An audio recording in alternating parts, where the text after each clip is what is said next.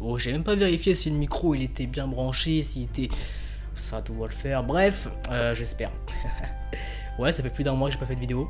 Oui, alors j'ai changé encore de décor, voilà, tout simplement parce que j'ai ce meuble. Non mais en fait j'ai pas de raison.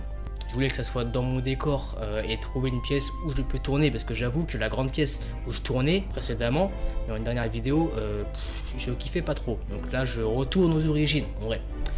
Voilà, voilà. Donc cette vidéo va parler de figurines et de katana, enfin de katana, de répliques d'armes dans les animés. Toujours évidemment chez Mangadori. Mangadori, je vous mets mon code promo en description. Évidemment ça je n'ai pas perdu ça. Ah non, ça c'est un réflexe. Ah ouais.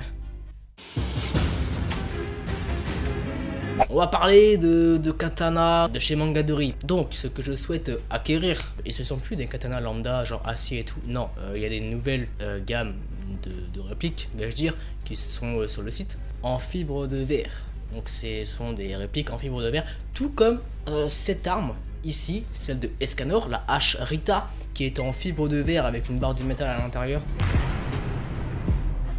Première arme de chez Mangadori que je souhaite avoir, celle de Guts, la Dragon Slayer. Dragon Slayer, j'étais même pas au courant que c'était sorti. Je suis allé sur le site comme ça, je zonais et j'étais pas au courant. La Dragon Slayer en fibre de verre, 1m30, par contre bien plus lourd que celle de Escanor, avec 3 kg en minimum. Celle-là, j'aimerais bien la voir quoi, surtout que récemment je me suis mis à Berserk. Bon, en vrai, je suis à la moitié, même plus de la moitié. Je suis au moment où il enfile son armure.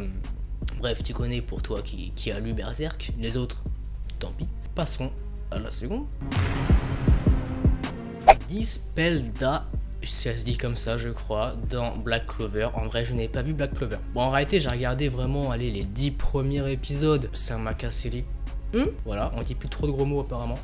Hein, Asta qui crie, merci. Là tu vas me dire, ouais mais il faut regarder plus loin. Oui, ok, mais en vrai c'est peut-être parce que j'ai un peu mûri ou changé de... Changé tout simplement, j'ai mûri quoi. Et ce genre d'animé, d'œuvre, ressemble beaucoup trop à des œuvres comme Naruto, enfin des trucs qui se faisaient avant. Et moi ça me parle plus en fait, donc ça m'a saoulé un peu. Mais j'adore l'arme. Après c'est pour ceux qui adorent Black Clover que je fais ça, hein. Sinon... mais je l'aime quand même, elle est stylée. 1m28, évidemment, c'est à peu près dans les mêmes... ouais c'est ça, c'est dans les mêmes chiffres que celle de Guts. Katana suivant. Kyokukukamusari. Waouh. Alors c'est dans Demon Slayer. La lune démoniaque numéro 1. C'est la forme éveillée, entre autres. La forme éveillée de son katana. Alors oui, je sais que ceux qui ont pas lu Demon Slayer ne savent pas de quoi je parle. Après...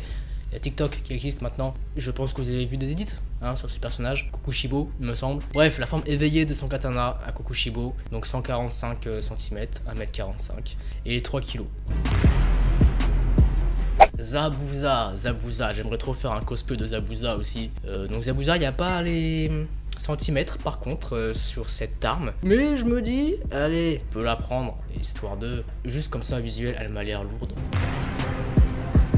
Et bien évidemment, la dernière, celle que pas mal d'entre vous, s'il reste encore des gens ici sur la chaîne, qui l'a réclamé, la Chastifol de King dans Seven Deadly Sins, Nanatsu no Taizai, 1m80 à peu près, donc c'est plus grand que moi déjà, 1m85 plus précisément, donc toujours en fibre de verre il me semble, c'est ça, fibre de verre.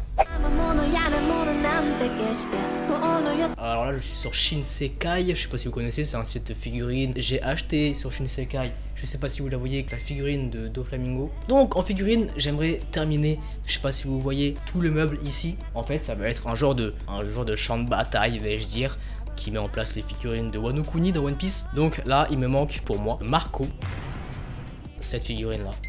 Exact, j'adore son fruit déjà pour commencer. Donc le prix a augmenté comparé au début quand elle est sortie, donc ça me fait un petit peu yesh. Luffy, figure art 0, voilà, en Gear 4, donc c'est cette figurine en question. Après honnêtement, s'il y a un Gear 5 qui se pointe, je le prendrai.